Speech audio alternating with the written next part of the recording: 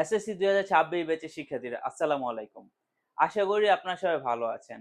আপনাদের জন্য আমি আজকে বাংলা প্রথম পত্র নিম গাছ থেকে মাত্র ৫টা সৃজনশীল রাখছি। হ্যাঁ, মাত্র ৫টা সৃজনশীল রাখছি। যদিও নিম গাছ আপনাদের পরীক্ষার মধ্যে আসার চান্স হচ্ছে গিয়া আ 60 থেকে 70% ঠিক আছে?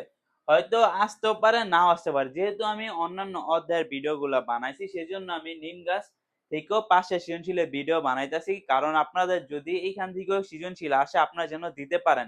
যারা অন্যান্য অধ্যায়ের ভিডিওগুলা দেখেন নাই, তারা ভিডিওগুলা ভালোভাবে দেখে নিয়েন। আপনাদের নিম গাছ থেকে ৬০ থেকে ৭০% সৃজনশীল আসার সম্ভাবনা আছে। আর নিম গাছ যে অধ্যায়টা, এটা খুবই সহজ। এজন্য মাত্র ৫ টা সৃজনশীল যদি আপনারা পড়েন, তাহলে আপনাদের আর কোনো কনফিউশনই থাকার কথা না। তো বেশি দেরি না করে আমি আপনাদেরকে সেই ৫ টা সৃজনশীল দেখাই দিতেছি। ওকে। এ হচ্ছে গিয়ে ১ম যে সৃজনশীলটা আছে সেটা দেখেন আপনারা, যে সৃজনশীল প্রশ্ন ১, সব সাধকের বড় সাধক আমার দেশের চাষা।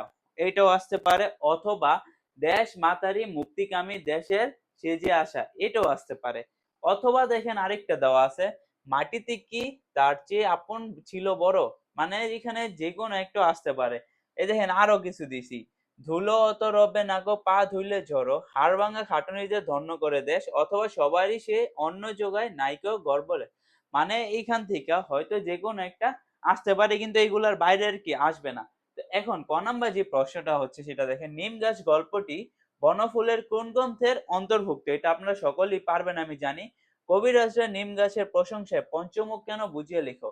উদ্দীপকের সাথে নিম গাছ গল্পের সাদৃশ্যপূর্ণ দিকটি তুলে ধরো। গ নাম্বার, উদ্দীপকটি নিম গাছ গল্পের মূল ভাবকে ধারণ করে কি তোমার মতামতকে ব্যক্ত করো। ঠিক আছে? ওকে।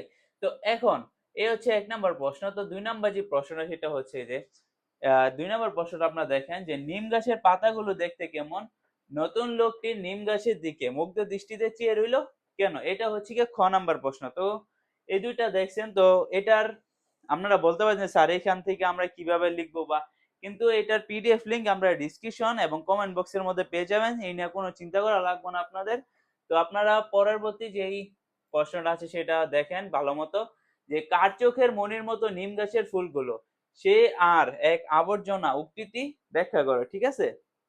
ওকে, এই হচ্ছে ৩ নাম্বার প্রশ্ন। তারপর ৪ নাম্বার যে কোশ্চেনটা সেটা দেখেন। ৪ নাম্বারে ক নাম্বার কি দিছি, নিম গাছ দেখতে কার মতো? কবিরাজরা প্রশংসায় পঞ্চমুখ কেন? দেখেন এই কোশ্চেনটা, কবিরাজরা প্রশংসায় পঞ্চমুখ, এই কিন্তু পরীক্ষায় আসার চান্স 90% এই খ নাম্বারটা। যদি নিম গাছ থেকে কোশ্চেন আসে, তাহলে এই যে এই খ নাম্বারটা কিন্তু আসবেই। ঠিক আছে? তারপর লাস্ট যে আমাদের প্রশ্নটা রাখছি সেটা দেখেন, কার নিম গাছ কাটলে লোকে মানা করে? ঠিক আছে? আর নিম গাছ গল্পের শেষ চরণে কোন সত্যটি প্রকাশ পেয়েছে? তো শিক্ষার্থীরা, এই ছিল আপনাদের কাঙ্ক্ষিত ৫টা সৃজনশীল। যদি নিম গাছ থেকে প্রশ্ন আসে, এই সৃজনশীলের মতো করে আপনাদের কোশ্চেন গুলো আসবে। এই সৃজনশীলের বাইরে কোশ্চেন আসার কথা না। তো আপনারা এটার পিডিএফ লিংক ডেসক্রিপশন বক্সে পাইবেন। যদি ভালো লাগে আমার ভিডিওর একটা লাইক দিবেন আর চ্যানেলটিকে সাবস্ক্রাইব করবেন গাইস। আল্লাহ হাফেজ।